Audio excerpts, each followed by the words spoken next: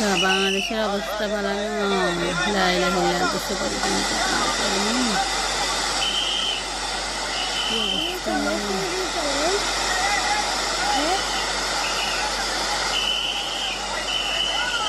Video করি রে বাবা। বাংলাদেশ বাসি যাইতেছে দেশ না ফারাক্কার বাঁধের হানি ছাড়ি দিছে মুদির ঘরের মুদি শয়তান ফারাক্কার বাঁধ ছাড়ি দিছে। বাংলাদেশ ডুবি গেছে, নোয়াখালী ডুবি গেছে, কুমিল্লা ডুবি গেছে, ফেনী ডুবি গেছে। ফেনী বেশি ক্ষয়ক্ষতি হইতেছে।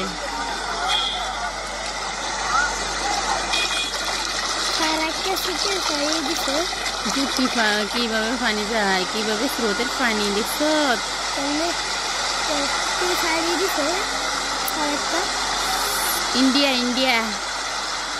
ইন্ডিয়ার বাচ্চা ইন্ডিয়া।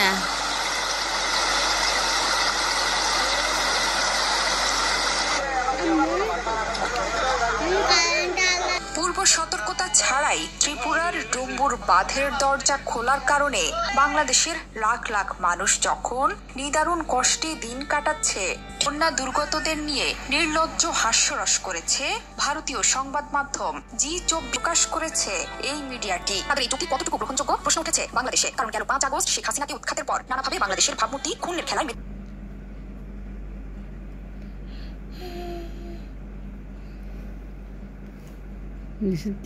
কি ভয়াবহ পানি,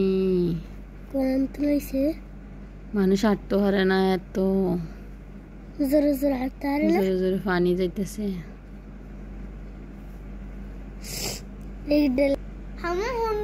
না পানি পুরো বাংলাদেশ বাসি গেছে, এটার লাই নৌকা দিয়ে যায় এই দেশে ইন্ডিয়ার ফারাক্কা বাঁধের কাছে।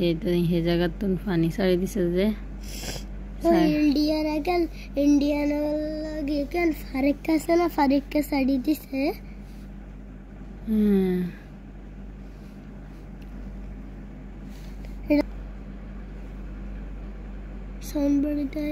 আমরা আসলে এখানে 3-4টা ফ্যামিলি নদীর পানিতে খুব আতঙ্কে আছি। এখন আমরা এখান থেকে উদ্ধার হতে চাই, প্লিজ আমাদেরকে একটু উদ্ধার করার ক্ষেত্রে। আর দেখেন আমাদের বাড়ির কি অবস্থা, এটা হচ্ছে আমাদের বাড়ির অবস্থা। এখানে মোটামুটি ঘর ডুবার পথে।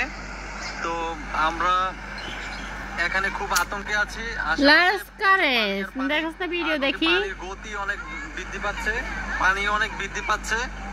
এখন আমাদেরকে একটু সহযোগিতা করেন এবং কি আমাদেরকে এখান থেকে যাওয়ার একটা ব্যবস্থা করে দেন। দেখেন এদিক দিয়ে আমাদের পাশের এই ঘর একদম ভাঙ্গা, একদম চূর্ণ বিচূর্ণ হয়ে গেছে। পানির স্রোত অনেক, এখানে অনেক স্রোত অনেক। এখানে দেখা যাচ্ছে আমাদের এই যে ঘর, আমাদের ঘর একদম মানে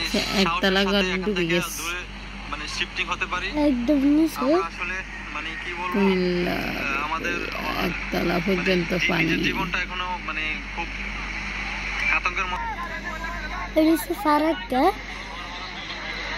ফারাক্কার পানি আইলে 12টায় কুমিল্লার বুড়িচং উপজেলার বুরবুরিয়া এলাকা দিয়ে গোমতী নদীর বাঁধে ভাঙন দেখা দেয়। সেই ভাঙনের কারণে কিন্তু বিস্তীর্ণ এলাকা এখন প্লাবিত হচ্ছে। বিশেষ করে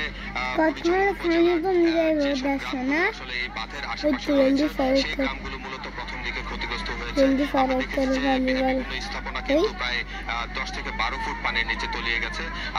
সেখানে এখনো পর্যন্ত বৃষ্টি হয়নি, তারপরেও কিন্তু মানুষ আসলে কিছুটা আশ্রয়ের খোঁজে বারবার আবেদন করছে।